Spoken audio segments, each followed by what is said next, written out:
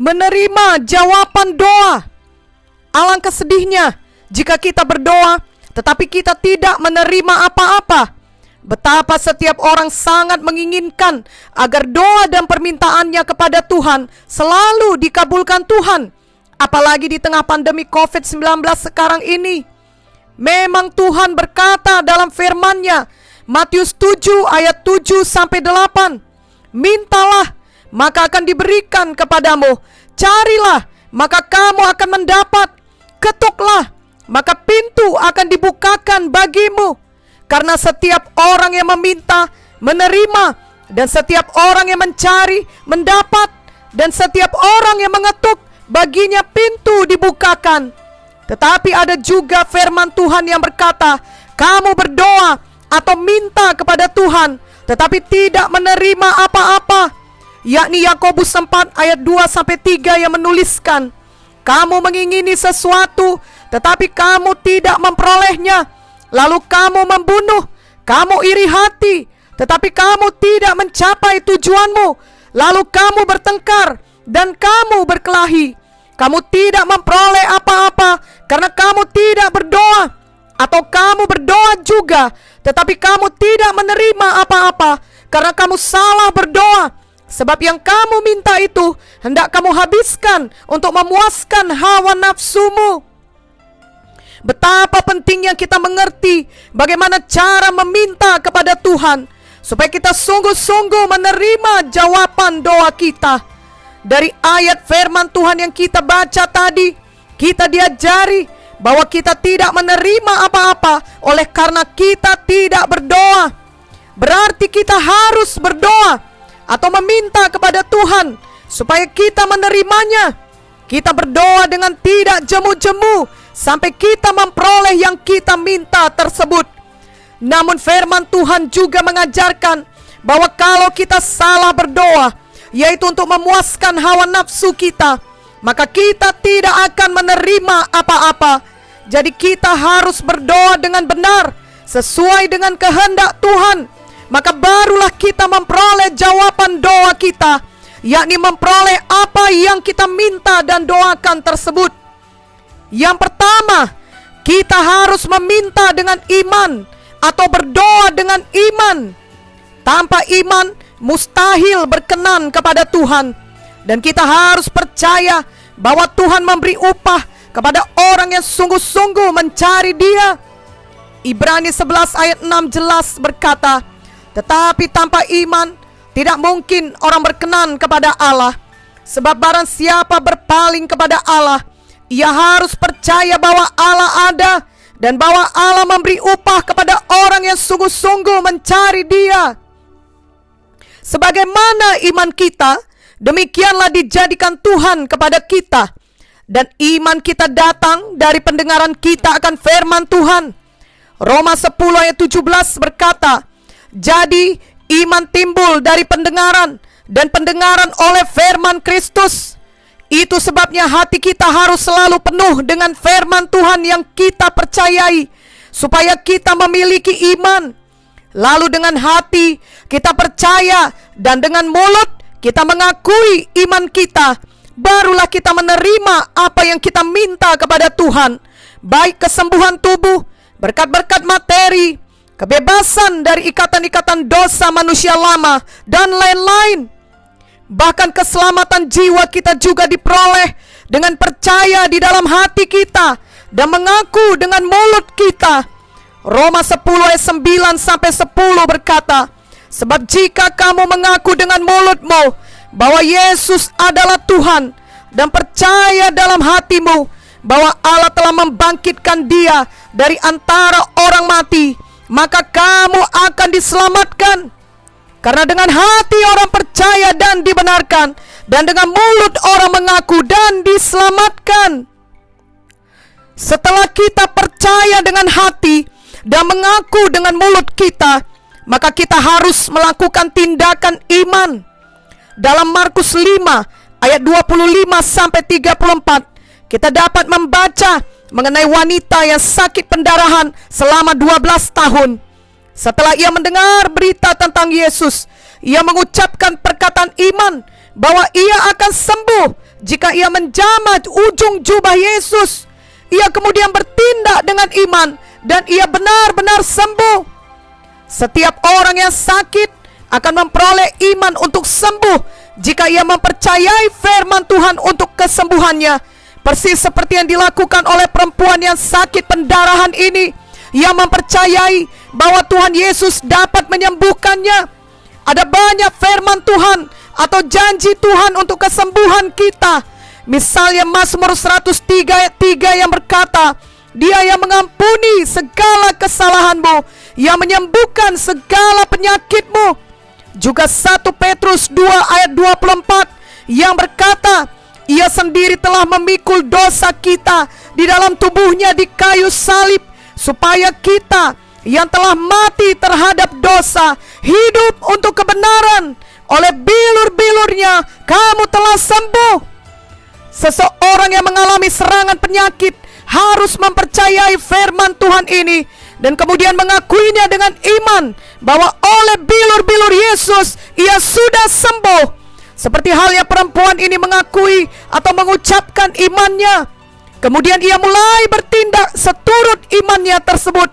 Ia tidak lagi terpuruk oleh penyakitnya, tetapi ia percaya, lalu ia bersuka cita, ia bergembira, sehingga kuasa Tuhan turun dan ia dapat menjadi sembuh.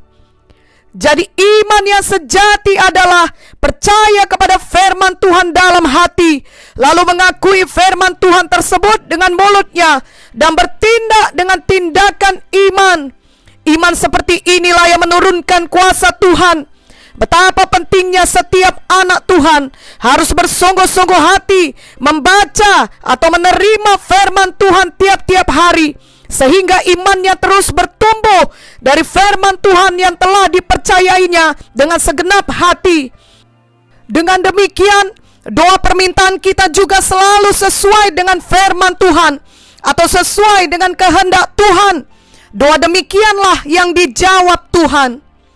1 Yohanes 5 ayat 14 berkata, Dan inilah keberanian percaya kita kepadanya, yaitu bahwa ia mengabulkan doa kita jikalau kita meminta sesuatu kepadanya menurut kehendaknya. Selanjutnya, kita juga harus menjadi pelaku semua firman Tuhan agar tidak ada halangannya doa kita dijawab Tuhan. 1 Yohanes 3 ayat 22 berkata, Dan apa saja yang kita minta, kita memperolehnya daripadanya, karena kita menuruti segala perintahnya dan berbuat apa yang berkenan kepadanya. Jadi selain kita percaya kepada firman Tuhan, kita juga harus patuh kepada semua firman Tuhan, yakni menjadi pelaku firman Tuhan, bukan pendengar saja. Yakobus 1 ayat 22 jelas berkata, Tetapi hendaklah kamu menjadi pelaku firman dan bukan hanya pendengar saja, sebab jika tidak demikian, kamu menipu diri sendiri. Itu sebabnya semua kita harus terus bertumbuh dalam Tuhan, tiap-tiap hari menanggalkan manusia lama yang hidup dalam hawa nafsunya yang lama, yang penuh dengan kepentingan diri sendiri. Seterusnya, marilah kita memakai manusia baru yang terus-menerus diperbaharui sepanjang hidup kita. Itu sebabnya tiap-tiap hari kita harus menerima firman Tuhan agar kita dibaharui dalam hati dan pikiran kita. Dengan demikian, kita dapat selalu mengenal kehendak Tuhan, apa yang baik, yang berkenan, dan yang sempurna. Dan kita bukan hanya jadi pendengar saja, tetapi yang terpenting kita adalah pelaku firman Tuhan, sehingga hidup kita terus bertumbuh. Jika kita tidak menjadi pelaku firman Tuhan, maka kita akan tetap kanak-kanak rohani, di mana kehidupan dan doa-doa kita akan sama saja dengan orang duniawi. Dalam Ulangan 28 ayat 1-2 jelas sekali dituliskan bahwa kita harus memiliki iman dari firman Tuhan. Kemudian kita harus menjadi pelaku firman Tuhan. Barulah segala berkat-berkat datang kepada kita dan doa-doa kita dijawab Tuhan. Mari kita membacanya. Ulangan 28 ayat 1-2. Jika engkau baik-baik mendengarkan suara Tuhan Allahmu dan melakukan dengan setia segala perintahnya yang kusampaikan kepadamu pada hari ini, maka Tuhan Allahmu akan mengangkat engkau di atas segala bangsa di bumi. Segala berkat ini akan datang kepadamu dan menjadi bagianmu jika engkau mendengarkan suara Tuhan Allahmu. Contohnya, kita harus selalu mengampuni orang yang bersalah kepada kita, supaya dosa kita pun diampuni Tuhan. Jika tidak demikian, Tuhan tidak dapat menjawab doa-doa kita, oleh karena dosa-dosa kita menghalangi Tuhan untuk menolong kita. Yesaya 59 ayat 1-2 berkata, sesungguhnya tangan Tuhan tidak kurang panjang untuk menyelamatkan, dan pendengarannya tidak kurang tajam untuk mendengar. Tetapi yang merupakan pemisah antara kamu dan Allahmu ialah segala kejahatanmu, dan yang membuat dia menyembunyikan diri terhadap kamu sehingga ia tidak mendengar ialah segala dosamu. Ada kisah nyata di Amerika mengenai dua keluarga di dalam satu gereja. Keluarga yang pertama rajin beribadah, dan orang-orang melihat mereka selalu setia hadir di kebaktian di gereja dan mempunyai banyak pelayanan. Tetapi salah satu dari mereka yang adalah seorang ibu mendatangi pendetanya dan berkata bahwa mereka sering kali sakit, dan sepertinya doa-doa mereka untuk kesembuhan selalu memakan waktu yang lama, barulah kemudian dijawab Tuhan. Lalu ia mengatakan lagi kepada pendetanya bahwa ada keluarga lain dalam gereja tersebut kelihatannya biasa-biasa saja bila dibandingkan dengan mereka. Tetapi ia melihat bahwa bila ada di antara mereka yang sakit, lalu mereka berdoa, biasanya mereka segera menerima jawaban doa mereka dan mereka sembuh. Pendetanya menjawab, ia tidak tahu mengapa keluarga ibu ini tidak menerima jawaban doa, dan sedangkan keluarga satunya selalu menerima jawaban doa. Namun ia bertanya kepada ibu ini, apakah keluarga ibu ini mudah mengampuni? Ibu ini dengan jujur menjawab bahwa semua mereka sekeluarga sangat sulit mengampuni kesalahan orang lain. Kalau keadaan sudah terpaksa, barulah mereka akhirnya mau mengalah untuk mengampuni. Misalnya ketika penyakit yang mereka derita tidak sembuh-sembuh juga. Tetapi ibu ini kemudian mengakui sendiri bahwa ia mengenal keluarga yang satunya lagi tersebut sebagai keluarga yang mudah mengampuni orang lain yang bersalah kepada mereka. Lalu pendeta itu berkata bahwa itu berarti mereka sungguh-sungguh menjadi pelaku firman Tuhan, sehingga tidak ada halangan untuk doa-doa mereka dijawab Tuhan.